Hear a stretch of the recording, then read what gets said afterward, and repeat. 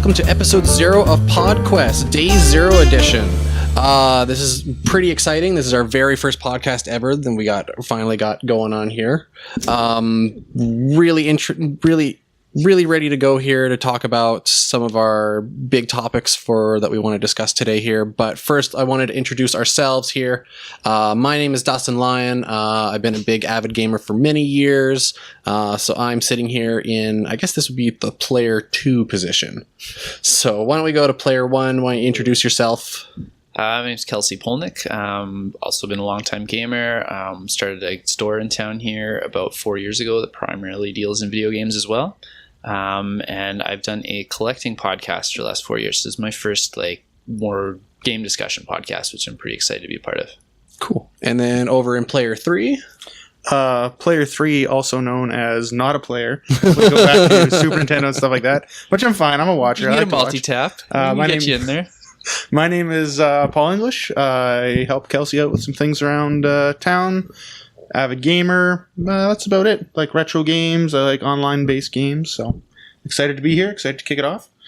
It's very cool. It'll be nice because we kind of have a nice little kind of broad, wide experience here. Because I know I'm probably a bit of the younger guy here because I don't have as many of the older generation console stuff under my belt, but at least we have a nice wide knowledge of everything going on. Gandalf over there. Gandalf is great. The newer we get, the less informed I am. So yeah, it should even out pretty good. Okay, that's good. So today's episode, we're going to talk about special editions of video games, including some of our favorites, what we think, what they should be done, how they're being done, and if we agree or we disagree with them. But before we get into that, we're also going to talk about some of the big news stories that we had come up earlier this week here, including some big announcements from BlizzCon as of yesterday, which Paul is pretty excited to talk about here. But one thing I want to do at the very beginning of the show here is, as we've already got the introduction of ourselves out of the way here, but I wanted to also ask, what have you been doing? What have you been playing this week? We've lots of exciting gaming stuff happening right now. So Kelsey, why don't you start? What have you been playing this week? I've been playing 2 games. Super Mario Odyssey, which is amazing. If you don't own a Switch, that's easily reason to pick up a Switch. It is so good, and there's so much to do. I don't want to spoil more, so I won't talk too much more about it, but it's worth picking up. And I've also been playing Project Cross Zone 2 on the 3DS, which is a really interesting collaboration between Nintendo, Sega, Bandai, and Capcom, where they mash up some characters from a whole bunch of franchises. So you get Darkstalkers and Street Fighter and Mega Man and Fire Emblem and Sakura Wars and Xenosaga, and it's all mashed into this weird strategy game it's all grid-based, turn-based, but it's really, really wacky. It doesn't take itself too seriously. The story is ridiculous. You don't really care about the story. It's more about these weird character interactions and the humor to it, and just this. It's just full of fan service. They're pretty long games. I played the first one too, which is really, really fun as well. But it's basically just a 50-hour fan service game that the gameplay is really, really fun, really simple to get into, but it's quite addictive. Nice. Good. Cool. Personally myself, I've been playing a lot of Mario Odyssey 2. I know you were telling me that you were playing the 2-player mode with your son. Yeah. Which was really cool. It sounds like it's really cool, and it sounds like you can actually do a lot of exploits with it and stuff. It is the best 2-player mode I've seen in the Mario game. Wow. That's a big endorsement. Maybe that might be overstepping something like New Super Mario Bros. But as for the 3D ones, I think it's better than 3D World was, or Mario Galaxy. But it sounds really cool. I've only been playing as single player, and I'm not using the 2 Joy-Cons to control it. I'm using the actual Pro controller. So when it comes to the parts where it goes, hey, you need to make this gesture and you can throw your hat out easier, I'm like, how do I do that without hucking this controller across the room? Not happening. Yeah, with 2-player mode, I can just ask my son, because he loves being Cappy. I'm just hey, we need to collect all those, or we need to do this, and he can just move it. He doesn't need to do weird gestures and stuff. Spoilers for those who haven't played the game. Cappy is Mario's hat. Yeah, it's not like they didn't advertise the living crap out of that. So, I've also been trying to play some other stuff when I have some time too. I'm still trying to be a big supporter of the Gundam Versus game that came out on PS4. I absolutely love the Gundam series. I try to play it every every chance. Sorry, I can play it every chance I have a chance to play it. But I feel like this kind of was. It seemed like it was like it's a pre-launch, like it's not quite a full game yet. This is kind of like them testing the waters to be like, hey, does this PS4 game, is it going to work well on PS4? Because it's a big departure from some of their more arcade hits, because it does follow a lot of it, but this is also them testing the North American market. So it sounds like they didn't go all in to get it all ready, because there's a number of like mobile suits and stuff that are missing out of it from different franchises. So I'm hoping that the sales numbers will be good, that there'll be a second version of it. So. When did that come out? Because I remember playing the imported PS3 version a couple of years ago now. So when did this PS4 one come out? This came out just this year, like at the very beginning of September. But they did the exact same thing with the PS3 ones, because I actually have them. The very first one was Gundam vs. Extreme, which was pretty cool, but it had a little bit of like frame rate issues and stuff when you try to play multiplayer and stuff. Mm-hmm. And then a year later, they brought out Gundam vs. Extreme Full Boost, which was like the full blown package of like everything was included and stuff. So I feel like this is what they're going to do again. This is the first version, and a year from now we're going to get the full complete version. Interesting. So. Yeah, as someone who is only very casually involved in Gundam, like I haven't seen the show since I was 15. Mm-hmm. It seemed like there was a lot of content in the Full Boost one. Like there was so many. The game is like, awesome because it's that arcade style. Like 2v2 fighting, but it's still a 3D environment. All the characters, like they all have signature moves. They all have signature attacks. They all play fairly balanced. There's a couple of characters that might need a little bit of tweaking, but otherwise it all plays pretty good. When you have that many characters, The after school YTV rundown of Dragon Ball Z and Gundam is the only frame of reference I have for those games. Old Gundam Wing. What about you, Paul? What have you been playing this week? Before I jump into that, how do you feel about games? Maybe we'll get into this later, but games being released that aren't full games, something that's very common now. I'll bring it back up later. Ooh, yeah, I feel like that would be a good discussion, but my quick hints, my quick thoughts on that right now is I'm more against it, but I can see why they do it. Yes, definitely. I see why it's happening, but yeah, it's running rampant right now, and I hate really it, and I don't agree with a lot of reasons they give for why it's happening. I don't think they're legitimate reasons. I think they're just finding new ways to monetize us. Yeah, for sure. And I typically don't give my money to those games. I'll wait a year if it's something I really want to play, and fingers crossed they come out with a more complete edition with extra characters or levels or whatever they didn't add to the first one. Yeah. Or just for free. DLC that's free that completes a game. No. Not into that. No. But yeah, what have you been playing this week? I'm really big into the competitive multiplayer scene. So this week has been lots of Battlegrounds, PUBG. Lots of Overwatch.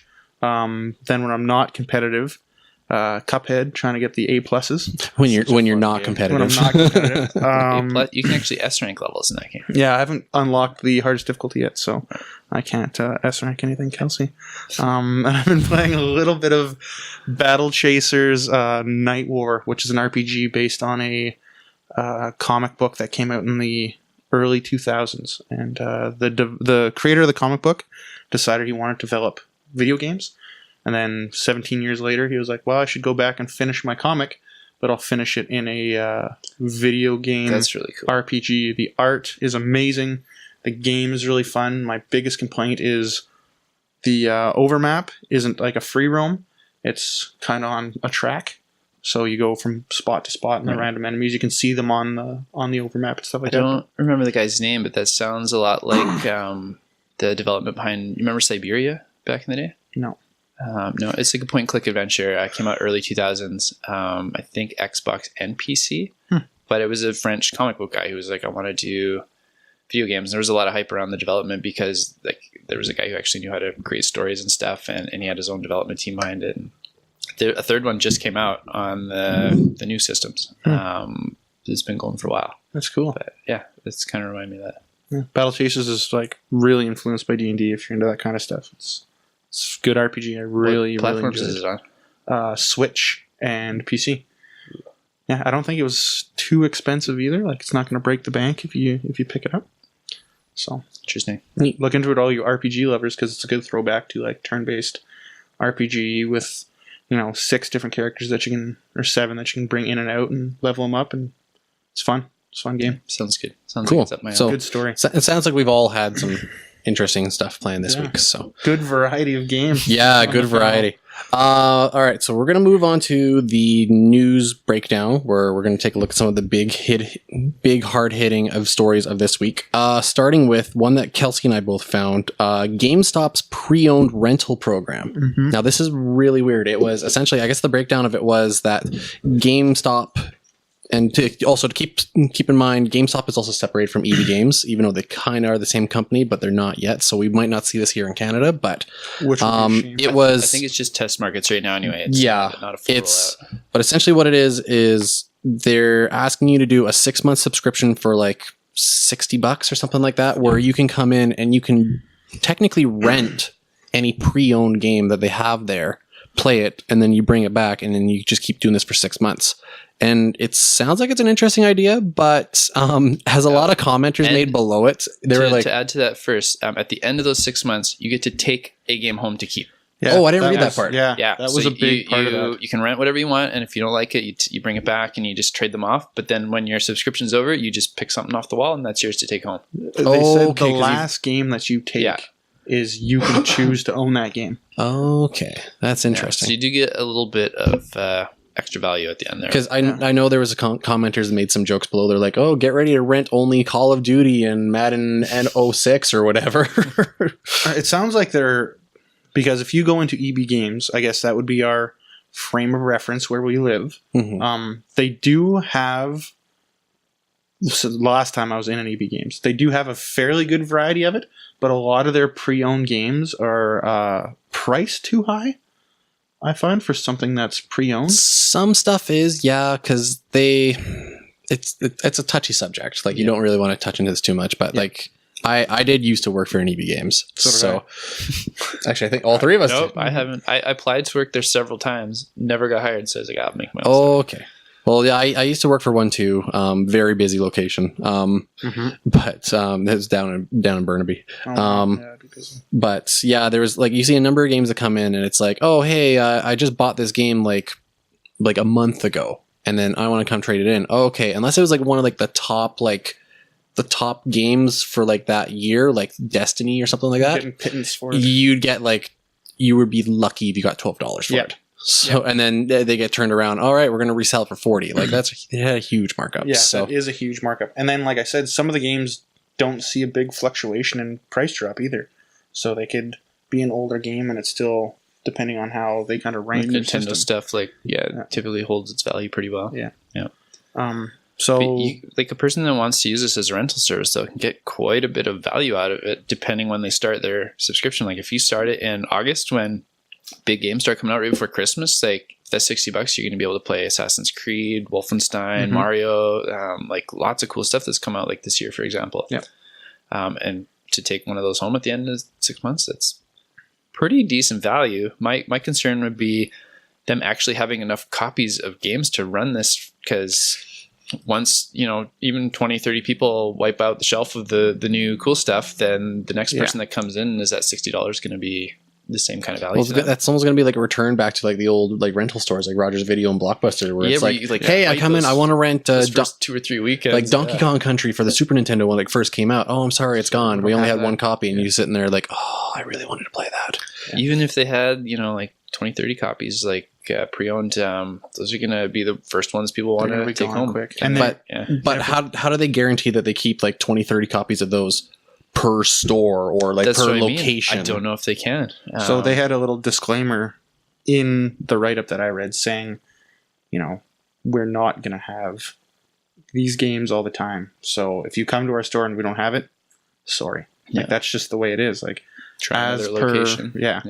So they're not going to be, from my understanding of it, they're not going to be shipping games around from store to store.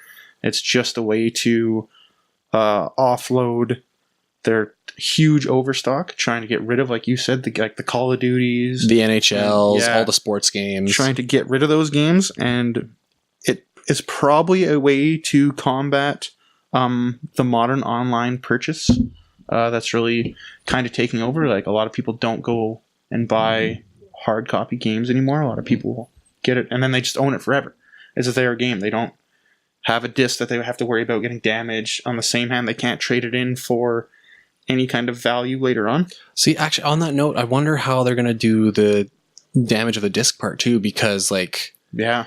you know, when you traded games in, like we had to check every single disc. And if it was beyond a certain like scratched up, like destroyed part, either we didn't take it or we would take it, but we took like $5 off as a resurfacing fee. Right. Mhm. So like, how are they going to, If the game comes back super damaged, yeah, like are they just going to say, well, guess what? Your subscription's done. You just paid for it. yeah, that's your game that you take home. That'd be really interesting. So it'll be interesting to see how that evolves. Yeah. Do you have anything else? Yeah, just to kind of wrap it up, you have to be a member of the GameStop Power Up Rewards program to even do this. So you just can't go in Okay, and- so you can't be anybody. You have to be within the rewards. You have to be within the rewards program. Also, like a kind of side note about the online games and stuff like that. It could be a way, because I've heard GameStop and EB Games are having lots of failing profit. Yeah, they've been hurting store-wise, for a so couple of this- years. Yeah. Could be a way, because like you said, a lot of people might not be buying these used games. So $60 for 6 months is better than no dollars for no months. Yeah, that's true. Okay. How do you think this affects a lot of newer games? Like if someone wants to buy like Destiny 2, rent Destiny 2, they're going to have to put their own money in on top of that if they want to play the most current campaigns. Or if they want to get Street Fighter 5, they got to pay their own money to get extra characters. Like you're not getting the full value out of these games, even though you get to borrow them for as long as you want. You're still going to have to put your own investments into them. So you think that'll hurt it at all? Maybe a little bit. A lot of games that applies to nowadays. Well, because we'll look at, like you're saying, like with Street Fighter, you know, like, oh, I'm going to rent Street Fighter 5, but I want to play as this character. Well, you can't play that character. Why? Because it's DLC. Yeah. You got to pay for it. So I've already paid something $60 you to borrow this game. That's something you'd have to do anyways if you bought the game new. Right, but that just gives less value to this rental program with so many new games needing extra content to be able to keep up to date. Like you can't just grab Overwatch and shove it in and have the same experience that you have that's been keeping up with it the whole time. That's true. That's going to be the game you're going to have to take home.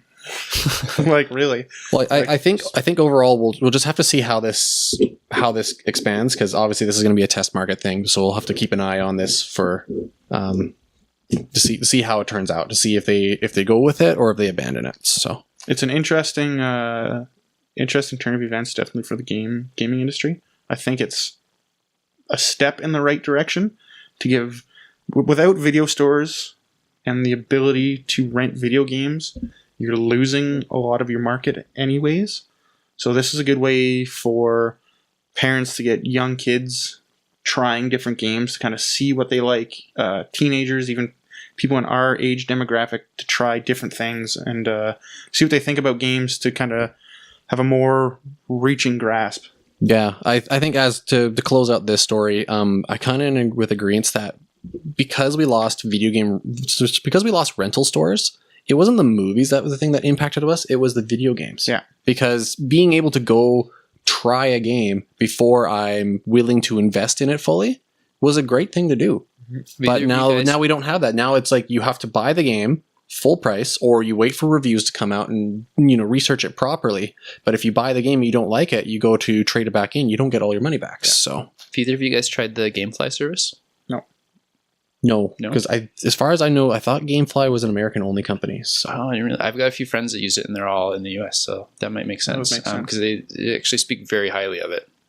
Right? Yeah, I think they came out because when all the stores were going down, they were getting more business. Mm-hmm. So I remember that, but I think it's an American-only company, so it doesn't apply to us here, unfortunately. Because that's kind of how Netflix started, isn't it? Yeah, Netflix was a Netflix was you had a list like, oh, I want Transformers, I want Serenity, Firefly, or whatever, and then as you sent them back, oh, we received this, we're going to send it to you right away. So, all right, so moving on.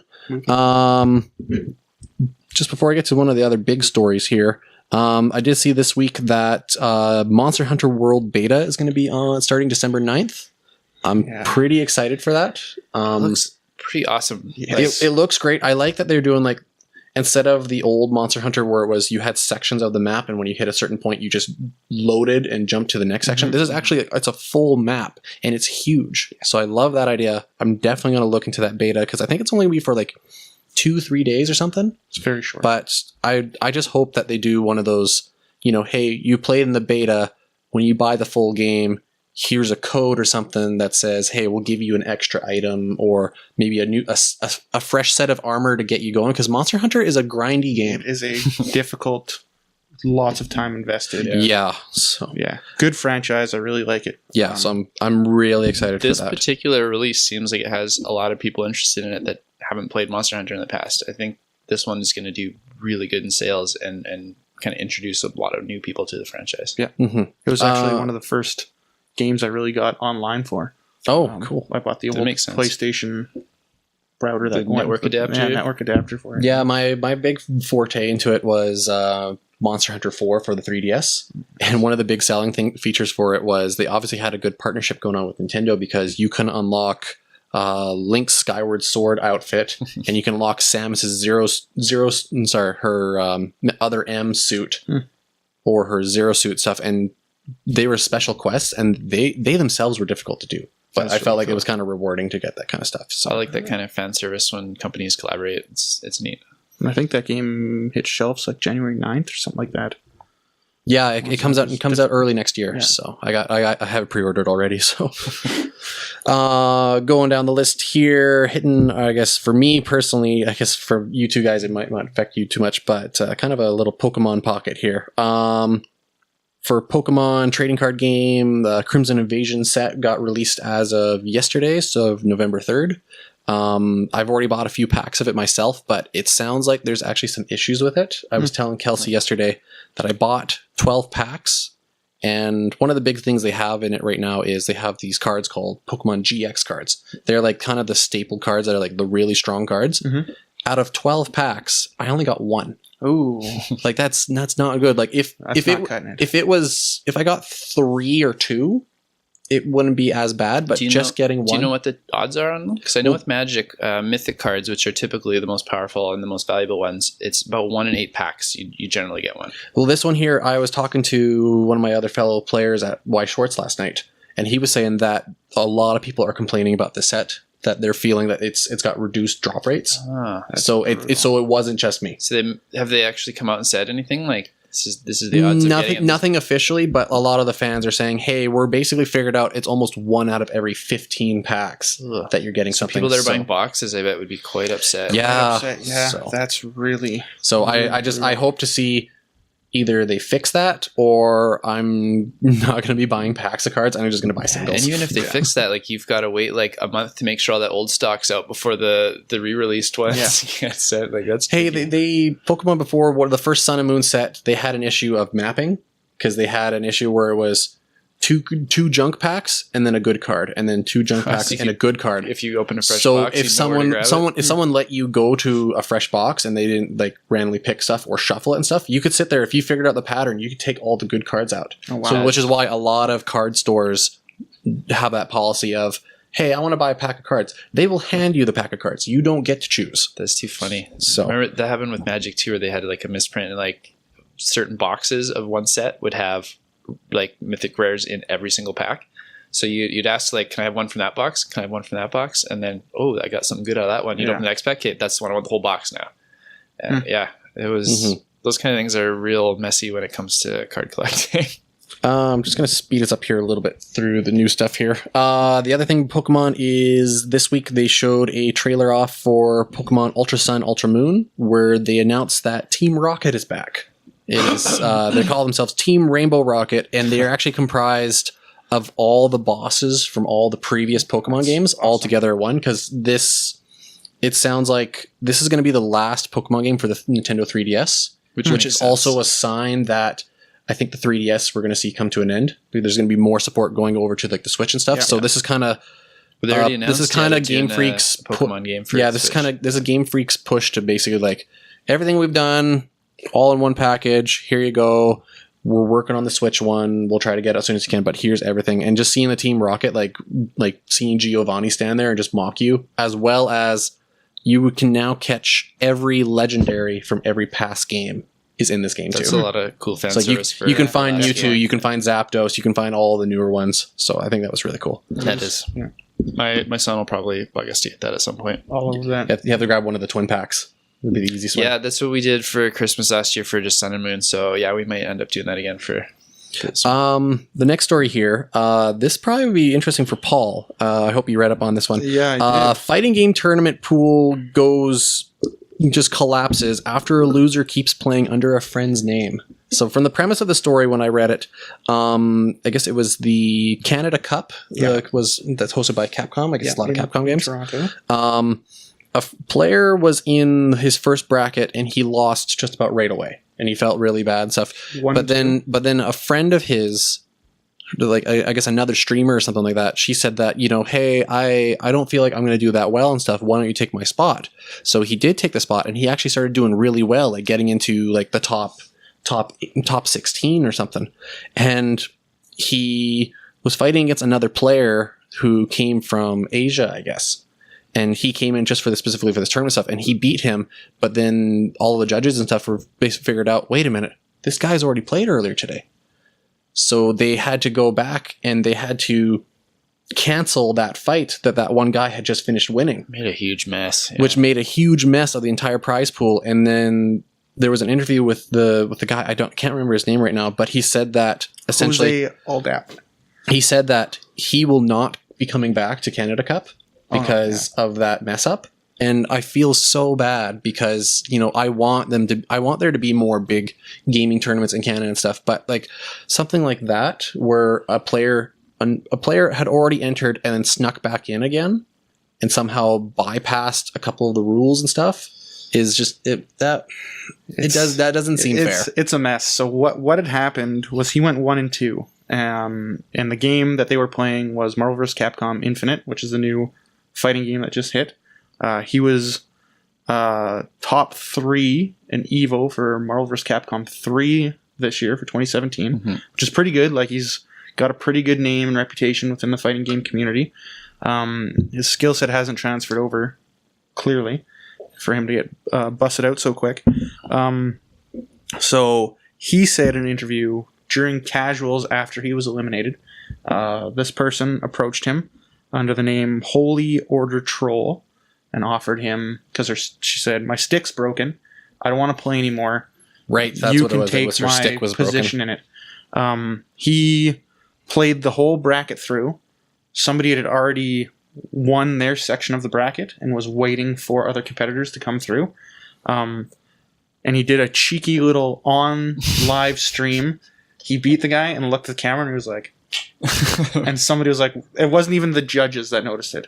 Somebody went, hey, that guy's already been eliminated, and brought it to the judges. The judges went, ooh, what do we do? Yeah, what now? do you do? So they reset that bracket. The guy who had won and was waiting lost, and he wasn't in the final, like didn't get to do what he... So that was really rough for him.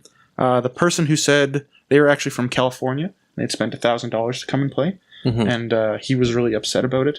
Yeah, I'd be upset too if I, spent $1,000 flying from California all the way to Toronto or such an wherever this took elite place. tournament with not a huge pool of players. Like, it's crazy that the organizers didn't catch that immediately when the Looks wrong really bad. person sat in a chair. Because we've run tons of events, fighting and otherwise. Yeah, you get to know the players, especially at that level. Like, these are players people recognize. They're the same guys keep showing up at tournaments because it's all high level stuff. Someone should have caught that immediately. Well, was that maybe not even in their rule sets? Where it's like, Oh, there's it's in the only rule sets. one entry per person. Yeah. Period. Yeah. Like You don't you can't come in under substitute you can't come players, in under another name. You No. can't if your fighting stick is broken and you can't play. Correct me Then if I'm unfortunately wrong, you're Paul, but this event, people had to qualify for it, right? You don't just walk in and say, "Hey, I want to play in the Canada Cup." No, you can enter the Capcom Cup, I believe, and you don't have to enter into this one, but you do get points towards further tournaments to enter them. So to enter this one's Canada Cup, actually. Sorry, to rewind. Capcom Cup, you'll do the circuit. So Canada Cup is on the circuit. You get points depending on placement, and then you need those points to get into Capcom Cup. Gotcha. So when asked about this, both the one player who took the place also known as Quackbot, also known as PC Marvel God, said, Clearly not. yeah, clearly not. He said, "Oh, I'm sorry. I didn't really think it was that big of a deal. It is a big deal. I didn't know the rules. If you've been in it for that long, you know the rules." Yeah, Yeah. so people that show up to lots of tournaments, it's crazy. Holy Order Troll, when she was asked about it, she went, "Just relax. It's not that big of a deal." It's Let's move on. a serious big deal. Come on. She later came back and said, "Oh, there's a lot of stress about my controller being broken. I'm really sorry about that. I'll never do it again." Capcom at the time that story broke didn't really have anything to and the Canada Cup themselves didn't have anything to say. But since then, they've handed out a punishment to both of those players. Just Canada Cup. They're no longer allowed at any Canada Cup. Like, Event period? ever. Wow. Like, they're banned for from life. Canada Cup. Period. I And feel like that. Capcom has yet to say anything about punishment. Okay, I feel like that's, as much as that sucks, because maybe if it was just they weren't thinking properly, but it feels like that is definitely a worthy punishment. When you have the finger guns on camera and you have that no remorse response from both of them, like they obviously knew what they were doing, and Reactions knew it have wasn't right. consequences. Yeah. And these are the consequences. And they're going to be, I assume, under huge scrutiny and under a fine-tooth comb any tournament moving forward. Yeah, which moving makes forward. sense. Yeah. So any player watching us and listening in on this, that if you're thinking about doing such thing, don't do that. Even at small levels, like it just messes everything up for everybody. Yeah. Well, loss of money, and it also is like a glaring hole in how the tournaments are being ran. How many times has this happened before if nobody's been caught? Because Yeah. big streaming setups have only recently been implemented in the last couple years, and they haven't been the greatest. So, and a lot of games are held off stream. How many times has somebody done this, gone far, and they haven't been on stream, and somebody's been like, "Hey, that guy's been eliminated." So, Mm-hmm. Yeah. Okay. I'm just going to try to finish speeding Yep. off our new stuff here. The last story here before we go into the BlizzCon stuff, because I know you want to chat quite a bit about that, and we'll look in what's the upcoming releases for this month. Last story that caught my eye this week, Sega not releasing early review codes for Sonic Forces. To me, that's a red flag that says Sega doesn't think Sonic Forces is going to sell as well as Sonic Mania, and they might be pulling another Sonic Boom. yeah. That's when I looked into it. That's pretty much the vibes I got from it. Has there ever been an example of a publisher holding review copies that's turned out really well? Like I can't think of a No. single example. No, because last time, I think it was was it last year or the year before when Sonic Boom came out?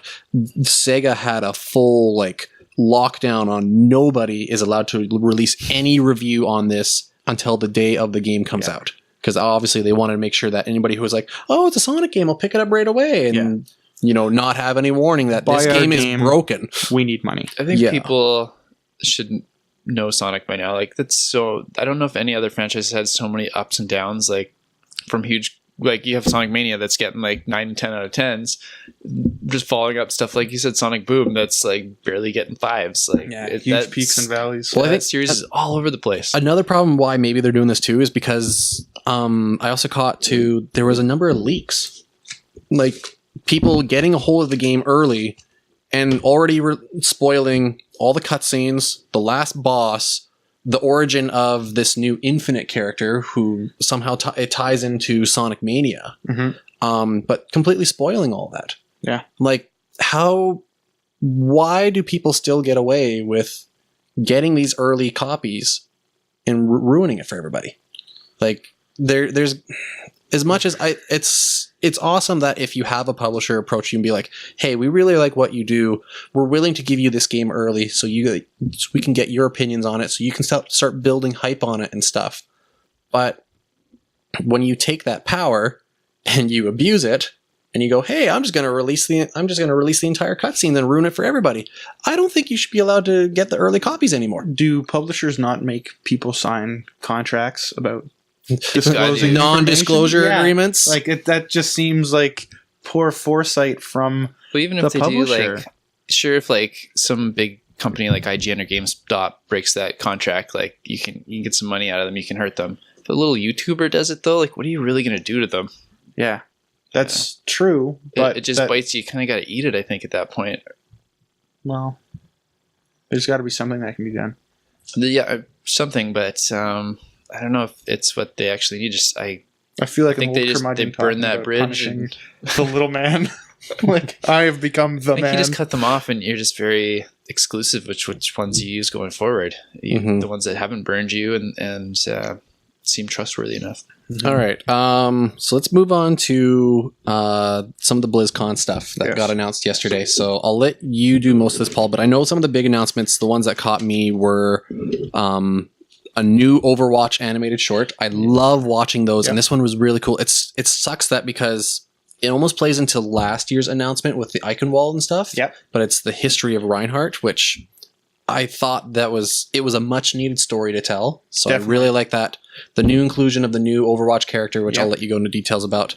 Those for me were the big things. A lot of the other announcements, I was kind of just, for me personally, I was, But like, it's for a Blizzard fan, I'm sure a lot of Blizzard fans are really excited about for this the stuff. Video game community. Some of the announcements that were made at BlizzCon are pretty big. I'm not the biggest fan of a lot of the games. Overwatch I play, but the other ones I'm going to talk about, I don't. But big news regardless. Let's start with Overwatch, and then we'll end with WoW, because that one will lead into something else. So Overwatch new character, Moira McTaggart.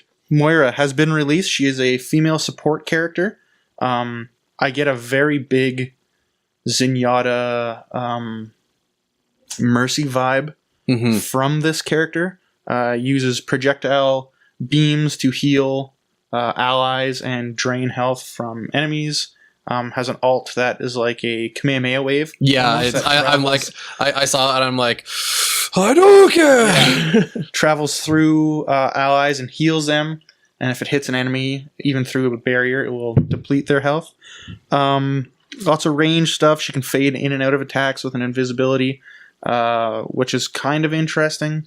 Do we need another support character right now? Because Anna was the first additional character released, I believe. So now we're already back to doing more support characters. Well, I think they needed to release her because now that they've tweaked Mercy quite a bit, Big Mercy had a big tweak, so like everybody's using Mercy, but I can see Moira being almost a counter to her. Yeah. Because just that ability, like especially her ult, that not only do you heal all your allies if you have your beam targeted at them, but you can easily quickly turn to one of your enemies and just destroy them. So I think she's definitely well worth a look at when she gets released. Yeah, she will be interesting, but then the problem that has always happened when a character is released is other characters become not important. Right. Yeah, they don't become meta anymore. Zenyatta and Anna will take a really big hit, I think, and that's something they're constantly struggling with. So this character will come out, we'll see a drop in play, then we'll see a bunch of changes to the game, and then that character, because they haven't quite got the changes down pat, so that character will be changed, this new Moira character, and then she'll be out of play because will become useless to bring back Zenyatta, and then just back and forth. It'll be a very interesting. Well, every game's like that. Yeah, like that's look at like fighting game stuff too. Like you introduce a new character and they go, "Oh, hang on, we got to tweak him because there's a game breaking bug somewhere within the combo, so we got to tweak that." That's just something Overwatch is always going to struggle with the style of game they have, hero-based combat and stuff like that. But they also did have what was it, Blizz World map? Yes, that looks cool. I was going to touch on that. So it's a Blizzard theme park that will be a playable map that has nods to almost all other Blizzard games. So there'll be like a Diablo section. Is there a Blackthorn section? I doubt it. I seriously doubt it. If there is, amazing. I'll have to bring you over to play Overwatch. They do have a Lost Vikings, like Lost and Found booth. Which is super cool. Olaf's running it? I don't know.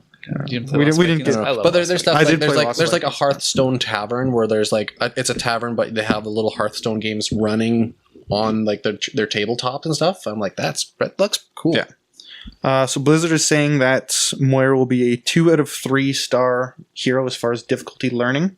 Whatever that means to the average player. You know, Genji probably being a 3 out of 3. It just means if you're playing Overwatch for the very first time, don't pick her right away. Yeah. You need to learn how to heal first. Yeah. And as far as the the animated short goes, it looks beautiful. If you want to check it out, go back and check out everything they've released for that game, because all the animated shorts they've released are gorgeous. I want Pixar and Blizzard to get together and just make an Overwatch movie. That'd be so and good. just a full blown animated movie. I don't care how long it takes. Like make 10 if it's not in the works already, I want it. 10-episode series, an hour in each episode, because a movie, 2-hour movie is not enough time. That's true. With all the characters and all the lore, and we need a series. Yeah, 10 hours of let's content. get a Netflix series going. Let's do it. Yeah. Yeah. We have the resources to do that. Sure. Next up is, I had something here about it. StarCraft 2 will now be free to play. The base game, the campaign, co-op, and multiplayer will be released. To get ranked multiplayer, you have to do so many unranked matches and get a certain score, which is pretty big news. StarCraft 2 is a very popular game. Lots of fan base, and this is really good to bring more fans into the series. Any DLC you want to play, I think you pay $30 or want to play any DLC is $39.99, and that will get you everything. See, I think, now correct me if I'm wrong, but wasn't StarCraft 2 already free to play like a year ago? Because I can recall when I was looking back into StarCraft 2, like, oh, I just want to play it casually. I went and looked at Blizzard, and you could already download Wings of Liberty, like the very first campaign, for free already. Like they were giving it away. Because the only thing that you had a lockdown on was if you were playing, say, like online multiplayer or competitive and stuff. There were certain units that you couldn't get because they were part of the expansions and the other stuff like that. So in order to use those units on multiplayer stuff, you actually would have to buy the expansions. But they were giving away the very first StarCraft 2 for free. That's what I thought as well. So I found it weird when they were saying, "Oh yeah, it's all free to play," and I was like, "Hold up, wasn't it already free to play?" I'm wondering if it was multiplayer was free to play and not the campaign. Like this story, that could be true. When the story broke, the main thing here is the original Wings of Liberty campaign is free to play now.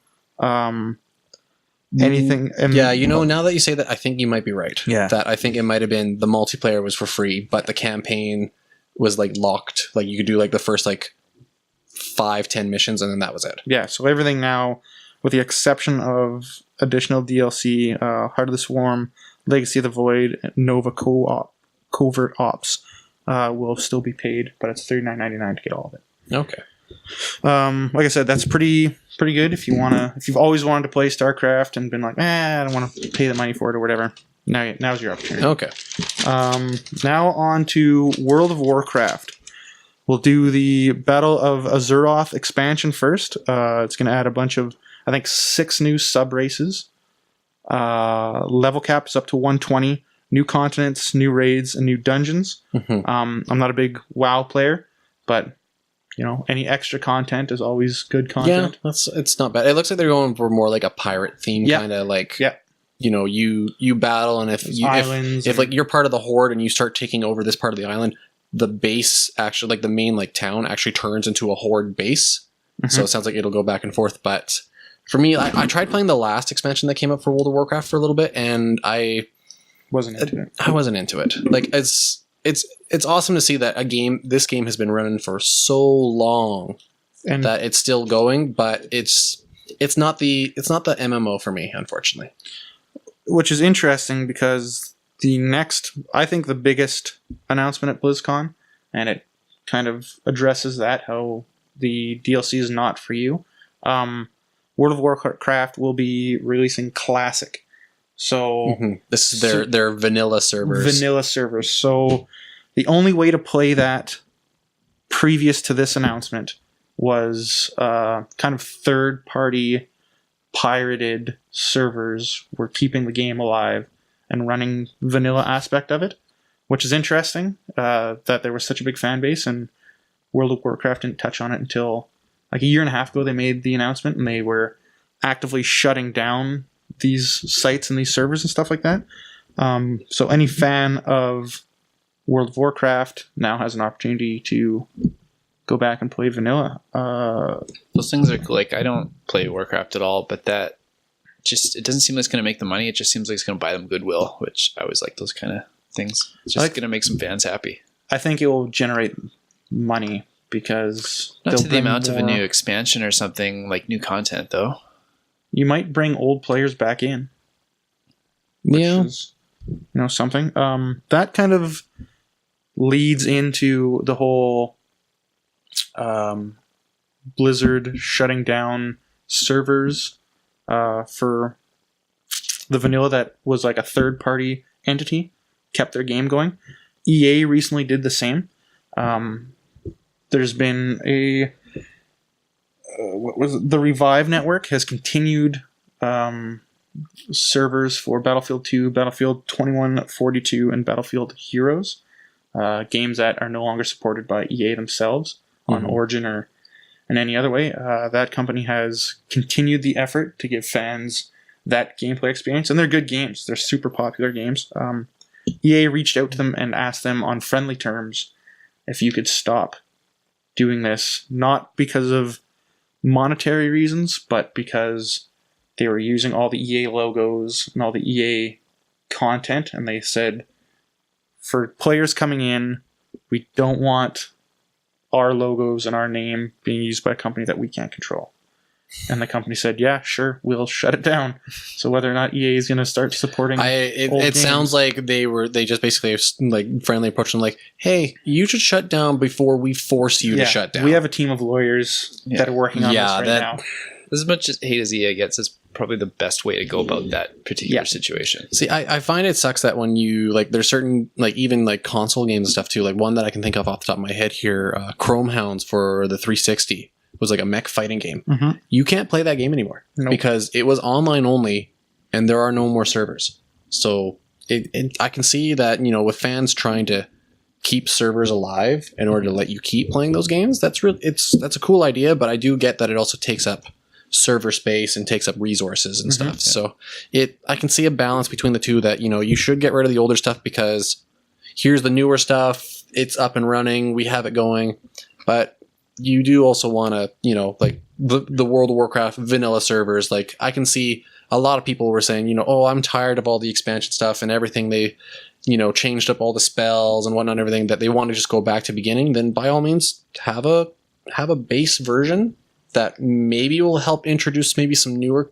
players into the game. Is it up to a gaming company these days to cater to all aspects of it?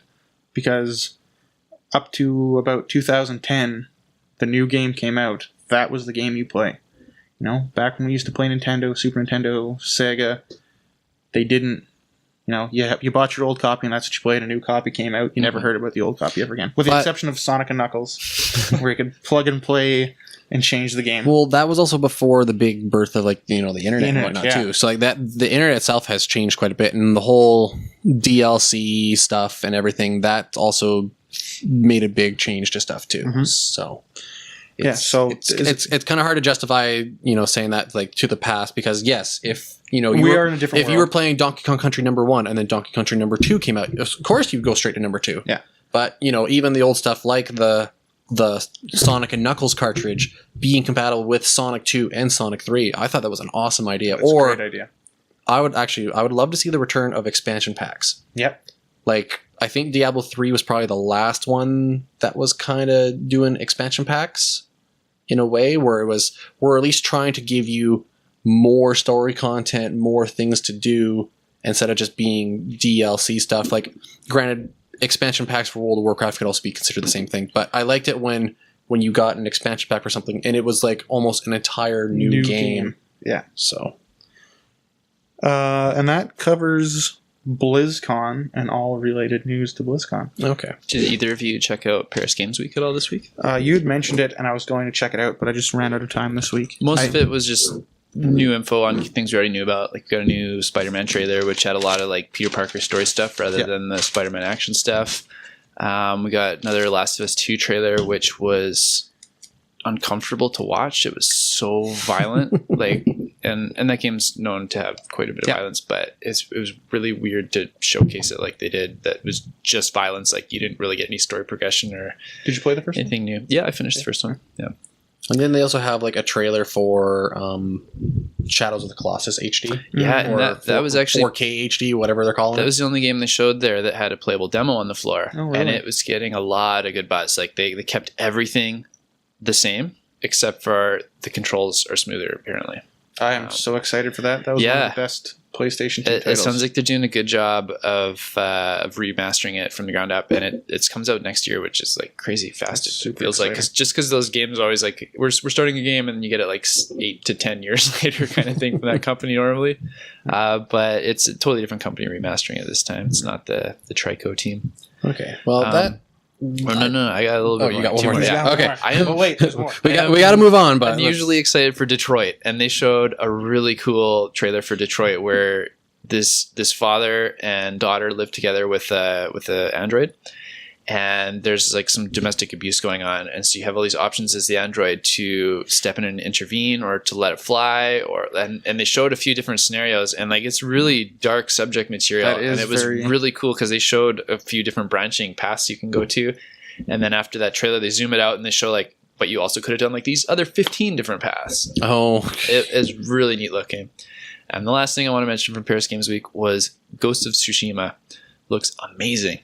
And this is coming from someone who hates open world games. I've not found a single one that I like yet. And I think this might be the one I want to try, where it's all like feudal Japan. You're like a samurai and you've got this huge open world to go do cool samurai stuff in. Sweet. And it was a really cool trailer where they had the bad guy like monologuing to him the whole time, obviously from a cutscene in the game. But it was really interesting, I thought. You guys should check it out if you haven't yet. Because I haven't, and I definitely will. And it's by Sucker Punch, the guys who did Infamous. Yeah. Oh, okay. Yeah, which is okay. Like I said, I'm not into open world games, but this one looks really, really good. Definitely I'm sounds a sucker interesting. for open world games. And I just I like the idea of like being a samurai, like feudal Japan kind of thing. The setting really spoke to me there. All right. So with that, then that's pretty much our big top stories of the week. Yep. So let's move into our main discussion here, where we were going to talk about special editions of video games.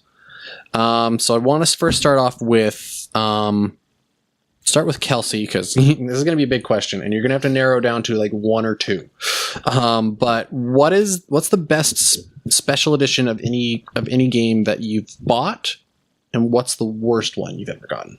I find the worst one harder because there's a lot of bad ones, but the one I have on the table here, Lunar 2, is easily my favorite, both because it comes with some really cool stuff, but I'm also really nostalgic for it because this is my copy I had when I was a kid that I think I spent like $150 on it at the time. It wasn't cheap, but I love this game.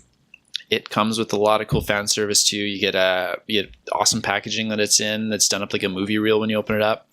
It's got an extra disc that's got the soundtrack on it. It's got an Omaki box that has like a map of the game's map. It's got little standout characters that you can actually like place on the map. And it's got Lucia's medallion that she wears in the game. Okay. And I haven't opened the map stuff. I still have that sealed, but like the medallion, I wore it for a little while, so it's kind of scuffed up. The CD is just thrashed because I had it in my car as soon as I learned to drive and listened to it constantly. The game was well loved, but I really, really like the packaging on it too. It's fantastic. As for worst, basically any of the new stuff that comes out where it's like a day one edition or like a gold edition, where it's just like, hey, you get these extra stupid little digital items, like a new weapon that you won't need in an hour into the game, or some suit that's really not. Here's as a cool dagger that gives you +2 on ogres that'll last you 30 minutes into the game. I don't know if I even count those as special editions, but they are separate packaging and separate content, so I guess they are, but they're really frustrating to me. I don't like them at all, and there's just too many examples of them these days. Mm-hmm. I think my favorite special edition, because I haven't bought as many, because usually I don't mind like saving money and just buying the base game of something, unless it's something like I absolutely must have. For me, favorite special edition recently was probably the middle tier Breath of the Wild pack, because for me it came with the carrying case that shaped like the Sheikah Slate that was perfect for a Switch, because I was buying a Switch anyway, so I need a carrying case. But my actual favorite one probably for me is actually on the table here, would be the Halo Reach Legendary Edition, where Halo Reach for me was probably the best Halo game of the entire series. because you didn't follow the story about Master Chief. You followed I the don't hear story. people say that very often. That's interesting. Because for me, it's the storyline. The storyline of playing as Noble Team, because what they go through is hell. But this special edition, not only did you get this entire statue with all the figures made by McFarlane Toys, so you definitely have a big name behind it, but you also got with the game a special little booklet or a little book that was all of Catherine Halsey's notes on like developing the Spartans and stuff, with extra little tidbits and stuff. So if you really wanted to like go in deep for like kind of what this little secret little journal thing looked like, it was really cool. That is cool. As well as you got some extra stuff for in the game, but the extra stuff you got in the game was like basically said you bought the big version. Like it wasn't something where it was like, here's some free DLC that we're going to make available for everybody else 6 months later stuff. This was stuff that, because I bought it, I'm the only one who has it, and anybody else who bought it.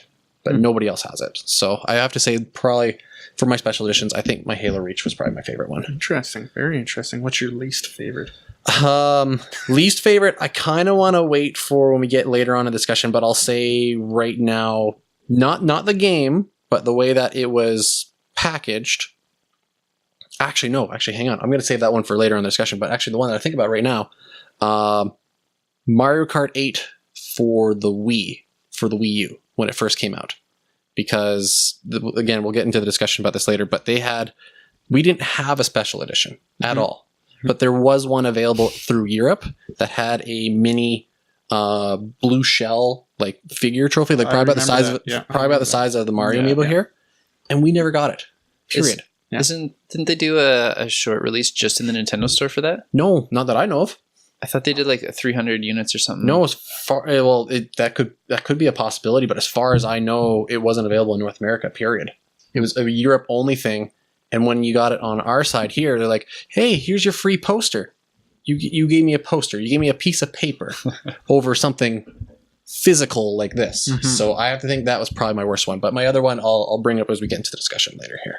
I have never bought a special edition game ever in my life. Get out. Collector's edition. I don't see the value in it.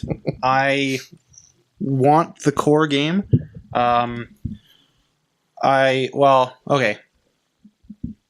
Backtrack. I just recently bought the highest tier Star Wars Battlefront 2, which was $10 more, and it gets me, I bought a digital copy, it gets me 3 days of early gameplay, and a couple different classes. That's the only one I've ever bought. There's a little bit of value in there, because like I said, I'm pretty competitive when it comes to gaming, so I will be playing competitively. That being said, I really don't like players being able to spend more money than other players and get advantages in games. Battlefront 2 has there was a lot of controversy, a lot of flack, and apparently they've addressed that and changed that, because it was a pay to play, a pay to win, pay to win title, and that. So I'm a bit of a hypocrite in that sense. Because wasn't it something about along the lines where not only did you get experience up faster than anybody else, but it was something about where if you were like really good with a certain character, it would match you up with people who were interested in that, but you would essentially dominate them. Yep. No, that would make you feel really good and stuff like that. That's the new Activision, I think, put out that patent. Yeah, like, you're mixing it up. Yeah. Where they put out the patent saying like, hey, we want experienced players matched up with this guy that has a cool like sniper rifle, if they seem to be into sniper rifles, to try and encourage them to buy these cool weapons. Right. So that hasn't actually happened yet, but they've put a patents that they want you. I also looked at Mario Kart 8 did have a North American release, but it was only at the Nintendo store. Of course, only in at the super Nintendo limited store. quantities. I think they did a Zelda one too. But yeah, it did come here. I hate we don't have a Nintendo store. Like, we need one in Vancouver. Yeah, like, it's true. It'd be pretty awesome. I'm tired of getting sidetracked here, but like the Pokemon Center, because it's like an official Pokemon store. They have one in New York. You can't order anything online and have it shipped to Canada. I know. I just went to the New York Nintendo store within the last 2 weeks, and it's so much fun. It's just amazing. But Canada needs. Why don't we have it? Canada needs a Capcom bar as well. A Capcom bar, which would be amazing. So I guess then you don't have a disfavorite because you hate them all. I don't see the value in it. I'm sorry, guys, but I don't. As cool as this looks, I don't see the value in that. It's Hang on, Batman Arkham Asylum, a Batarang, not interested. Okay, Call of Duty, here's the question night then. vision goggles. What kind of what would we need to put into a special edition for you to say yes, I will take that? Because I've been over to your the house. base? I've seen you have like box of like figures from cool games and stuff. So I if like have Street Fighter knickknacks. 5 came with like a cool like Ryu figure, like that wouldn't pull you into it. I'm gonna buy Street Fighter 5 regardless.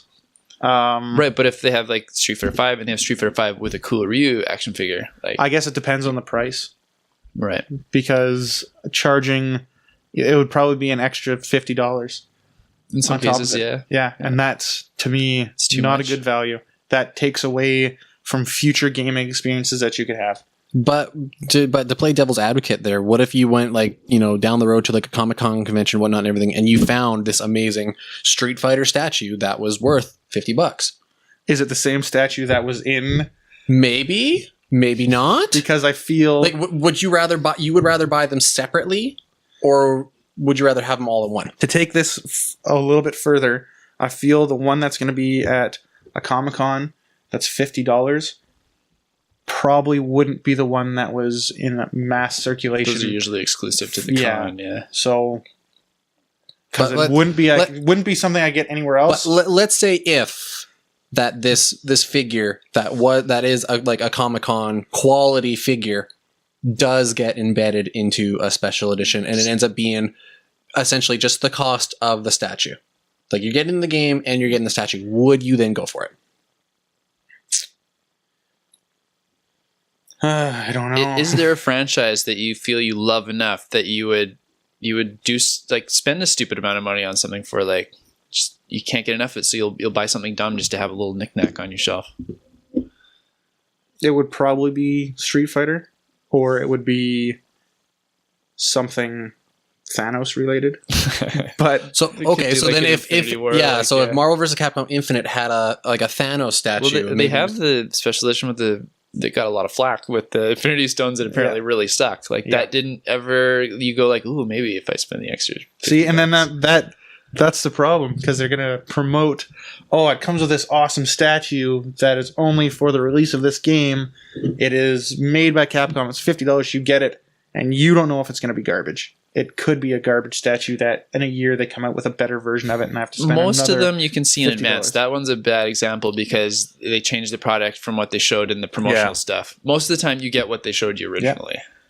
So, I probably wouldn't spend the money on it. I'd probably wait to get something that's a little more rare or more exclusive than just something, because if we're all into the same game and we all buy it, then you have what I have, and Right. you have what I have. It's not special. I can come to your house and admire it on your shelf. You know what I mean? Like, I don't want the same thing that everybody else has. I want to be able to go to the Comic-Con. But again, going back to that question, like, what would it take? What would it take? Individualized. Like, do they have to for, like, say Street Fighter? Would Capcom have to approach and be like, all right, we have this amazing new game. We're going to give you all the DLC that will ever come out for it, and here's a list Like of a guaranteed premium. 2 years worth of DLC that you will get for free, and we'll put in some sort of amazing, like, Ryu doing a Hadouken, the fireball glows and everything for maybe an extra, I don't know, $75. Nope. No? Not Wouldn't gonna take it? I will pay for the premium editions of games that guarantees me my DLC for the next year, just so I don't have to. I'm the complete opposite in that sense. I Goof will around with it? not ever pay for content with like the promise of what it will be.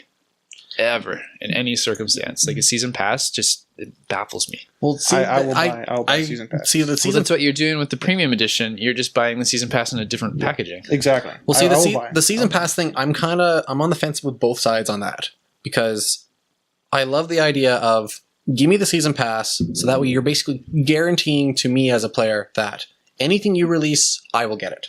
I don't have to pay for it. I don't have to do anything for it. You do have to pay for it. You just pay for it at a different time. Okay, Yeah. I am paying for it, but at least though they give you like a better deal than buying them separately as they come out. That's assuming you love But- content. If one part of that content sucks and you wish you hadn't bought it and you would have bought them separately, then you're not getting a deal at all. Mhm, Well, but- you are, because as somebody who, like for me, when I buy season passes, it's for multiplayer competitive games Right. to stay involved in that community, I have to have that premium content that allows me to continue playing with my friends, other competitive players, to stay within the loop. So to me, it's worth getting it. Even if it's, I may not like the map that they release or a couple of the guns, I am still in circulation with the other players. They might not like the map either, but if they are on a server beyond just not liking it, though, you can't tell what's going to happen in your life. What if there's that month where that new content comes out where just you get swamped with life, you're in the hospital, you get a new job, like you just can't keep up with the game, you've paid for that content and you don't even get to use it. But that happens when you buy a new game anyways. Like, that content is still going to be out there and I'm still going to have a chance to play it. It's like if you went to the store and bought the new Mario game and then you got sick and couldn't play it for 2 months. That's still going to be there when you get home. It's still the same game, though. The meta's changed in that online multiplayer game by the time you get to it again, though. Like, they've balanced Moira. They've changed Moira. They've made new characters more prominent over old characters. Like, it's not the same content you're getting, though. But hang on, let me throw on a wrench into the mix here. The other side I was going to say about the whole season pass thing is there are issues that I do see with certain games where they go, hey, give us your extra $30, $40 for a season pass. Here you go. But then there's only ever like 1 or 2 updates and that's it. Yeah.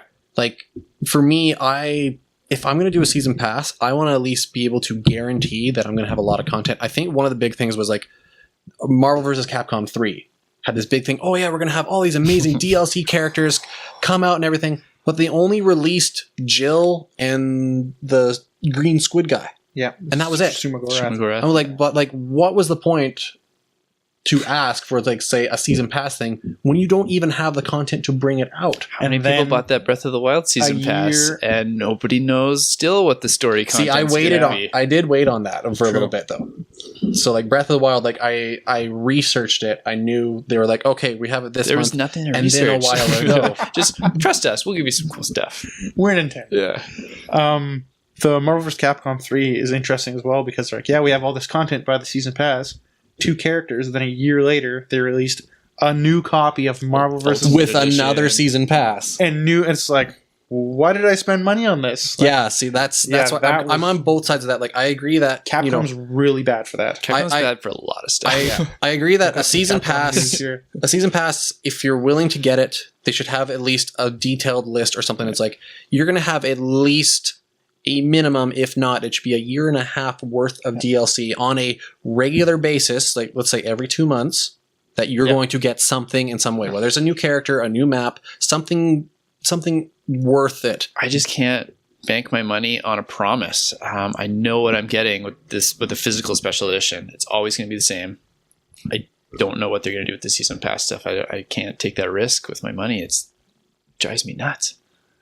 Essentially, you do it in everyday life with people. I'm hypocritical in a lot of ways. But with special editions, like I've never been able to break that rule. Like it's just the season passes. Like I don't trust game companies to give me what I want in advance. When you were trying to make your point about if I'm sick and then I come back and the meta's changed, at least I'm still up to date.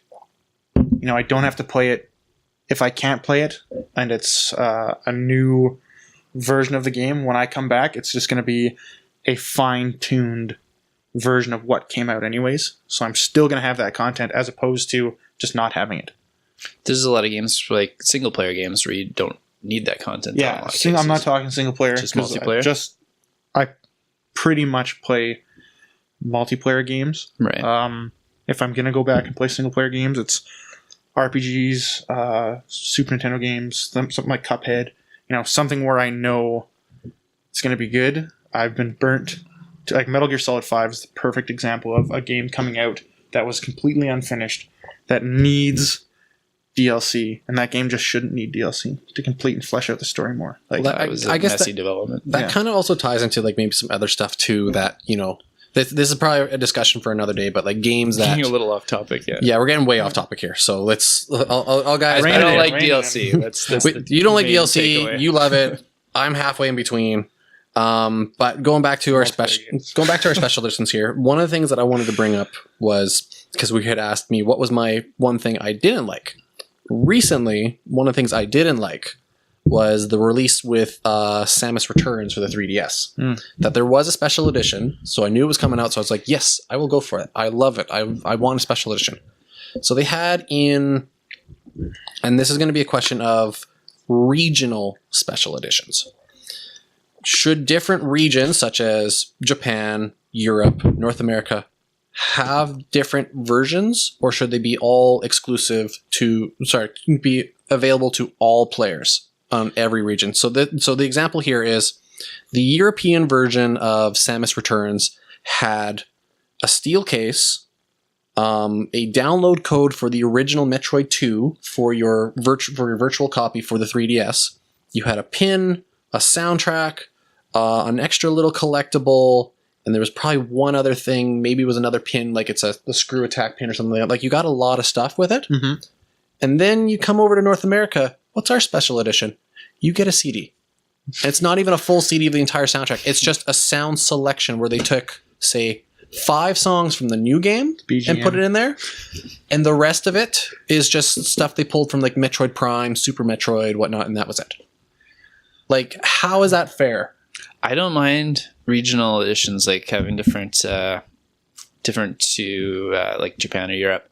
It does seem like North America gets the worst of when they all have different ones. It seems like we get the worst one every time, though. Yeah. Like, just as someone who just likes packaging of regular games, not even special editions, Japan's box art is almost always cooler than our box art here. For sure. Like almost every case. Limited edition. So it does seem like we get shafted. Like, a lot of that stuff, other than maybe the download code for Metroid, it's not region locked. You can import that and put a cool knickknack on your shelf and wear your screw attack pin. But the question is then, why should I go out of my way to go get that when it should be available for me, like here at our store? Maybe there's some behind the scenes, like shipping costs are too much here. They can manufacture it cheaper in Europe. Like, maybe it is manufactured. Yeah, I have no idea. Maybe they have some special setups there that just make it easier to do. Like, you can import almost all that stuff, so I don't see a big issue. If you want the cool Metroid stuff to look cool on your shelf, you can still get that. Maybe they're worried about sales in North America. Maybe they're looking at it and be like, we're not sure of what kind of sales this game is going to bring in North America to release a huge, more expensive. And to be fair, to back that up, the sales have not been great on that game. Yeah. They just released some numbers. It's less than 200,000 already, which for a huge Nintendo franchise, that's bad. Especially on the install base that the 3DS has. It's got a lot of people that have a 3DS did not buy that game. So they're releasing more intense content for special edition games in countries where maybe they know the market is going to sell more. Yeah, we're going to put this out more guaranteed. See, here's weird about that too, because hearing that now, such low sales number, for the Metroid series, apparently its popularity is here in North America. Really? Because doesn't do well in Japan, like the Metroid series itself, like in Japan stuff, it doesn't do that well compared to when it got brought here. Mm-hmm. It did really well, especially with Super Metroid. Mm-hmm. Like, how many times we've all seen speed runs of Super Metroid and stuff, all Games Done Quick stuff. And there's tons of it. Yeah, so obviously North America is the market for that style of game. I don't know how it does in Europe though, and that's really weird because it's so fractured. They might have just released that like UK gets it, Germany gets it, France gets it, like maybe Spain and Norway aren't getting it kind of thing, because they do a lot a really fractured releases there. Mm-hmm. So I don't know which parts of Europe got that special, if it's all of them or just some. Maybe they know, like, we've got a huge fan base in Germany, they're going to sell this out, that's where we're putting out the special edition. And maybe it comes down to unit sales. It was a 3DS title. Yeah. Maybe they have more unit sales per number of people in those European countries. And maybe they know most North Americans are going to download it rather than buy it. Yeah. And they don't put as much into the physical packaging because they know they're going to get half their sales digitally instead. Right. But then also the question too, then, like, if it was maybe they weren't sure if it was going to be digital stuff, then why did they also release a brand new 3DS, a Samus edition? They did put a lot of marketing behind that one. And so, that's... There's some mixed messaging there for sure, yeah. Did the 3DS come with it digitally? Or was it just the special edition 3DS? As far as I know, I think the special edition was just the DS. Like, it doesn't come with the game, but it was the special Metroid edition. Yeah, it's beautiful. I've seen one. But on that note, back to your point on the, if there is a special edition, you can order it and stuff. Well, what about with stuff like, say, with the going back to the Mario Kart thing, where it was only available at the Nintendo store? But what if I try to go order it and they go, "Oh, hey, you live in Canada. We're sorry, we don't ship to Canada. We're U.S. only." Which happens How often. is that fair? It's not fair, but they don't owe you anything. Like Yeah, they put out where they know they're going to make their money, and it's not always fair. You're but going to buy the it- game regardless. It still exists, and if you want it, you might have to pay a premium to get it, plus shipping, plus customs fees. Yeah. You can still acquire it. It just will take a lot of extra effort over someone who can walk to the store and get it in their native country. Because the game comes first. The knickknacks and the add-ons are... Yeah, as much as I love I guess that's special true. editions, I agree with that. So it people sometimes know you're stinks. going to buy the game. Yeah. And they don't care what they have it Yeah. packaged with as long as you purchase the $70 game. Yeah, I've gone through weird. Like I've had friends in the States who can get things easier than me. Recently, I had a friend pick up the Persona 5 Premium Edition and the Fire Emblem Shadows of Valentia Special Edition, both in the States because I couldn't get them easily here in Canada. And he held them for me for months until I was able to head down there and actually throw them in a suitcase and bring them home kind of thing. Yeah. So I've gone through some weird extra effort to get special editions home, but I've never felt like it's unfair. Like they're still available to me. It just takes a little extra elbow grease to get them. And as far as what it would take me to purchase special edition and a website where I can order it online, and then they have a list of things so I can customize That's what a comes cool with idea. it. You know, if it's Street Fighter, they have Right. 10 of the 10 Yeah, statue busts of characters. I can pick what character I want to come with it, what artwork I want to come with it, and maybe 3 variants on the case that it comes with. I want this one, this, and this. I love that idea so Yeah. much. That would- Because that would- especially with Street Fighter or like Overwatch where it's so character based, it's like these Yeah. are my favorite characters. Why, like, as much as I love Ryu, I don't play Ryu very often. That- I want that that same would- What bust. game you get Yeah. is going to be different from what game I get, or But what package I should say. That would be interesting in its own way, but then looking at the backside of it is like, oh well, why aren't we selling any of this particular character? Like why That'll always happen, we yeah. have so many of this character because nobody wants it. How are we going to get rid No of one this? wants the Honda statue. But then that's Yeah. also like testing the market as well, because then when they release the next game, nobody bought Honda. Maybe we won't put Honda in the game because he's not a popular character. No, but then that But then you helps get- people like me that like to collect too. It's like, ooh, Honda's the rare one now. Yeah. I should get Honda. So then, it does help the community with that, like rare collectibles, because nobody wants to buy it. And also, it helps test market too, because there's a lot of garbage characters that come out for games that nobody wants to play ever. So, nobody bought this statue. Why? So the new secret to special edition should be as you're saying, it should be a customizable option. I love that. That'd be Have a so tier cool. like tier 1, tier 2, tier 3, where like tier 1 is just you get Base game. everything. Yeah. No, like tier 1 like is top. Like you Oh, just yeah, get everything. Tier 2, you get to say you get the game. We'll give you like the season pass thing, and you get to select 2 out of these 10 figure statues, whatnot, and then the baseline is just the game. That seems like it would only work with established franchises. So if you have a new game coming out, it's got a bunch of characters that you're not necessarily attached to yet. You just be buying the one that you think looks the coolest, I guess. I think it works better with stuff where you're attached to characters in the series Mario, already. Zelda, Yeah. Street Fighter, Overwatch.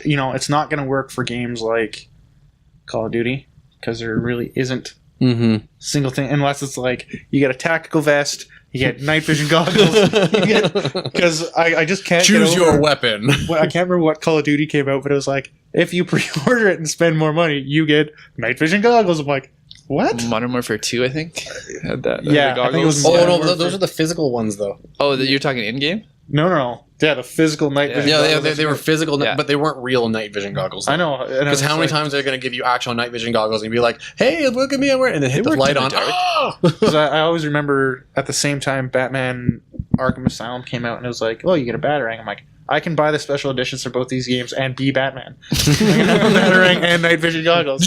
I'm there.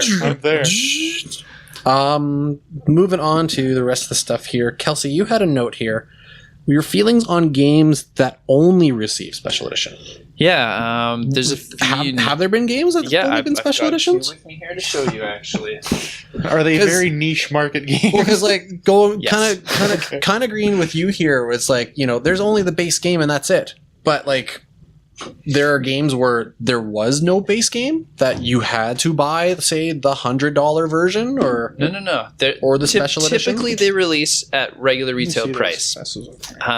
They don't say it costs a lot extra. So here's 3 examples. I got Under Defeat HD Deluxe Edition for the PS3, which is the only North American release for that game.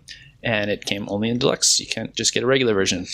When The Witcher 2 came to consoles on 360, there was only the enhanced edition. There was no just vanilla edition because it obviously had been out on the PC for a lot longer. Mm-hmm. And Paul's holding Killer is Dead, which came with a bunch of extra knickknacks, a big extra box. It retailed for regular price. Do you know Suda 51? Yeah. It's a Suda game. Yeah. It's not his best game, but it's still pretty fun. You can't get a regular version of any of these. I'm looking at like the difference between these two and this one here. Mm-hmm. I feel like these ones here are kind of like almost like Day Zero kind of. No. This one, I don't have the full thing here. This one has all the extra content on it, but there's actually like a slip cover with an extra book that comes with it too. It was like a special edition on the shelf. So maybe this one's kind of more with this one, but like it's kind of like this one here, like if this was its only release, that's it. But at least they gave you extra content with it. That's right. Okay, but this one here actually has like physical stuff in it. Yeah, and that's the regular release. It's weird. It's like you get a book, you get the game, you get the soundtrack, DLC. Like this would almost be like the equivalent of like buying like the collector's edition of like Persona, and that was it. Like there was, if you went out and bought Persona 5, there was no base game, and because there was had to buy the special edition, and that's it. Because there was no suck. Because there was no standard edition though. They didn't up the price, so it's not like this was $80 at launch. This was regular $60. Oh. So you got the extra stuff with the game for a regular price. And the one Paul's holding, which I mentioned earlier in the day, was Project Crosszone. That one was really cool how they released it, because that was the original print run that he's holding. So you paid $40 like any 3DS game, and you got the extra art book and soundtrack with it, and the bigger packaging.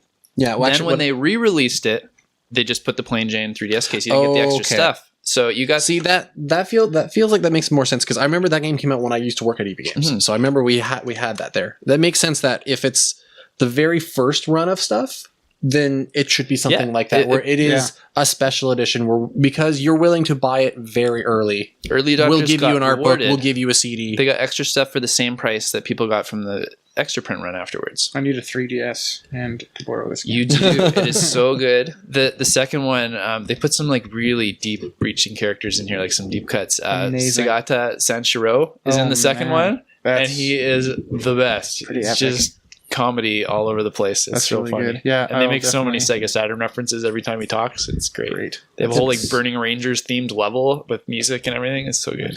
That's exciting.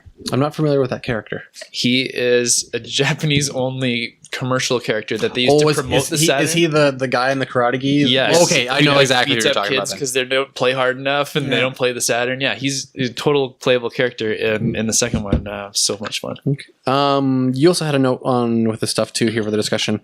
Collector's editions that don't include a physical copy of the game, like Sonic Mania. Like as I was, hurts my brain. As I was hinting at you that there may have been a collector's edition available for you to get, and you're like, "Ooh, I don't know," because it is a collector's edition, but there's no physical copy of the game. And same thing. I'm a really big Mega Man fan, and Inafune did a game called Recore not too long ago, and they put out a really cool special edition that's just monstrous box with a huge, awesome statue. Doesn't come with the game though, and they kept dropping the price, and I'm just getting close to buying it, but I still just throwing even $60 at it without the game there, like, just drives me nuts. Well, I guess that's probably more like a question of people who are pro physical copy of the game or pro digital copy of the game. These are two different examples of like Sonic Mania. You can play the game; it comes with a download code. With the Recore one, you don't get any way to play the game. You just get extra stuff. It's called a special edition. But you don't get a digital code. You don't get the game. But there's no game in it, though. Yeah. Oh, you just get the extra stuff. Then so it'd be like buying Lunar, but taking those CDs out. Then why wouldn't it just... See, okay, that doesn't make any sense to me whatsoever. Yeah, it's... Like, you need a copy of the game in there. If you're going to call it a special edition of the game, Recore, it needs to have the game in it. If it doesn't, it's just a figure. Yeah. That's all it is. Yeah. Like, it shouldn't That's how I look at the Sonic one, just because of I don't like downloading things. I look at it as just a figure, just that it's a really awesome statue. I love that Genesis with Sonic on it. But it doesn't feel like a special edition to me. It feels like just extra, like a cool Sonic thing. See, like, I get why they do the like digital only stuff, because then that way they don't have to worry about manufacturing like the Switch cartridge or put it on disc and stuff, because they're trying to save some costs. But it does kind of suck because, like, I'm sure, like, but if you're that person you and who's I going and to dish maybe out extra money for extra stuff, give them the extra cost. But They will like, eat that cost. But that also goes to the question of the physical versus the digital, because like there are a lot of people who do digital only, but I'm very adamant of having a physical copy of the game. Like I will go out of my way to get the physical copy instead of just downloading something. I will too in every case. Yeah, like I said, the people willing to spend for special edition, you know, charge an extra $5 for those manufacturing costs. They're already paying well over retail. They will eat that extra cost to have a physical version of it. It seems weird to take that away from that buyer.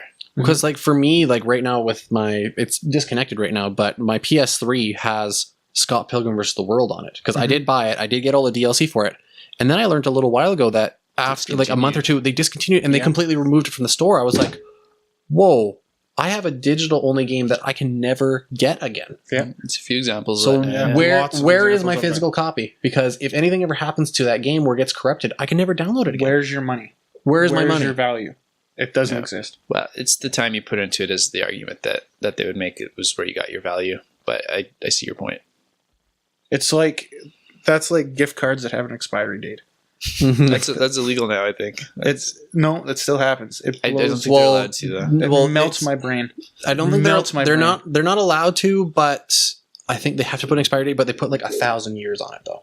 So like it'll last your lifetime kind of thing. Because I think I still have one at home that has an expiry date. And it's like, what am I going to do with this? Or I have one for, we have a wholesale sports in town.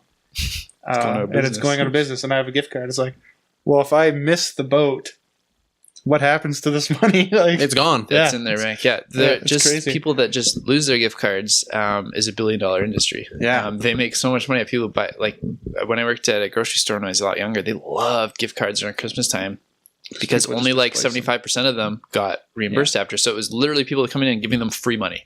Yeah, that's crazy to me. Yeah. The racket. Moving on to stuff. How do you feel about store exclusive editions? Because we see this going back to that Mario Kart one. That's because but also we see this with other versions too. Like not seeing it as much now, but in the past where it was like, hey, we have the special game coming out, but if you buy it through Best Buy, you get this. But if you buy it through Amazon, you get this. Future Shop exclusive. Shop exclusive. You get a steel case of Smash Bros. For Wii U. Love steelbooks. Of course you do. Yeah, I have a lot of steelbooks there. It's like, what are thoughts on that? Like, I get why they're doing it because they want you to come to that retailer to get it. But when they just do like a massive shotgun blast where it's like, hey, here's 7 different stores that each have something different, but you can never get that ever again. Unless you're a super collector and you must have all those items, like this is where I'm hypocritical again. Where I said those when we're talking about regional variants, like you can go through the extra effort to get them. It sucks when they do this for games I love because in Prince George where we live, we don't have a lot of these cities. Like if we had a Toys R Us, I'd have 20 extra special editions on my shelf or amiibos or things like I can still go and get them. The gold N64. Yeah, it just ends up being a pain in the butt. But like I said, they don't owe us anything. If we want it, it exists. You can get it.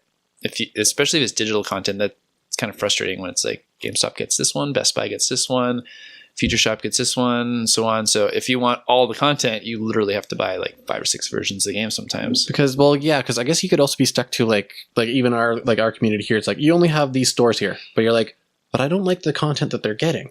Yeah. But I want it from this place, but we don't have that place here.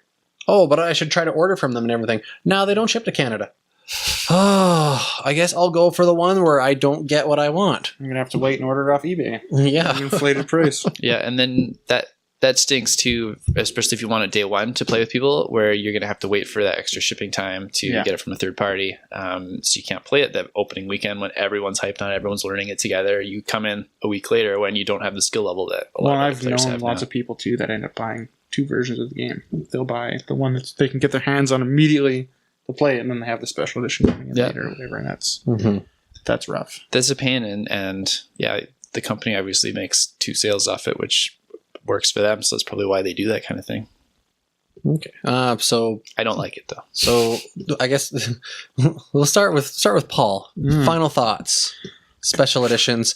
What do we need to do to get you a special edition? Do we need to have the special customized version in order to get you a special edition? An airplane ticket to meet the creator, a handshake, and maybe a lunch. Oh man, no! There needs Here's to be your $20,000 special edition exactly. of Street Fighter, where They have special editions that are like hundreds of thousands of dollars. Those are insane. well, those are usually like Kickstarter stuff, though. No, they had Grid 2 did one where you got like a Ferrari with it. And I think it was Zer0 that had $1 million one where you got like a rocket ship drive with like SpaceX up to space and like a house. And like there was some crazy stuff in there. Yeah, they do some crazy stuff. Yeah, it'd have to be something that I can personally customize. So it's my special What's the price edition. cap on that? Like, would you spend $200 to get that personal one? Or is that too much? You know, depending on the content, yeah, I'd probably spend $200 on it. If it's good quality content that I see the value in and it's something that I can customize, so it's my version of the game. Like I said, and then you have your version, you have your version. I can bring mine over and be like, hey, look at the one I got. This is really cool. Oh, this is what I got in my pack. Like a loot box that's, game different for everyone. How do you feel about when they just like randomize things? Like with Lunar, there's disc variants. So there's like 7 different versions of this game because they all have different characters on the discs. But you don't know which one you're getting when you first buy it.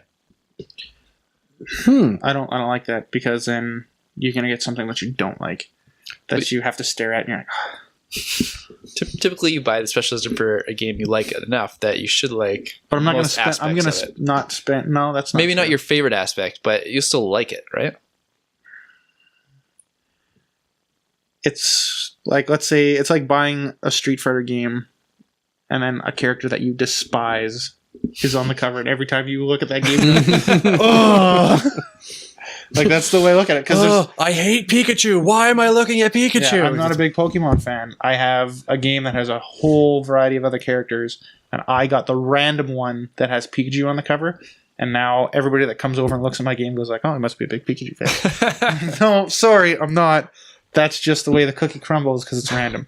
Sorry, not interested. So your final thoughts is you want the Paul edition. I want the Paul edition. We live in a world where that is available in almost every other form of media, where I can get something that I want. My loot box, I look through it. There's a bunch of stuff that I wanted. The next level of loot box is them having a list of things. I want that. I want my Street Fighter 6 edition with all my DLC, and I took a picture of myself, and they gave me a character statue of me fighting Ryu or something like that. That's a little bit overboard, but yeah. Okay. I'd be into But that. if he could be Dan from Street Fighter, he would be. I would be, yeah. I would be. Okay. Kelsey, your final thoughts. I love special editions when they're physical, and especially especially when they come with something Like extra unique to the game. Like art books are cool, CDs are cool. They're super super common, so I like it when they do unique little things, like when they give figures or like something a character might wear. Halo or Reach have. Bust.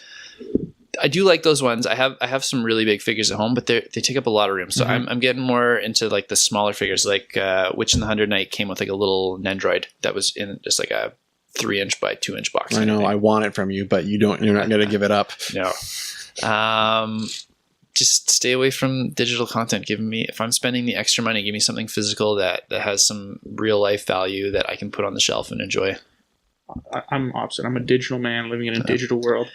One of my favorite aspects about special editions too is the packaging. They have to put a lot of effort in the packaging. There's a lot of bad examples, like when you just like throw a slip cover on something to make it look different. Like put some effort behind it, make something cool.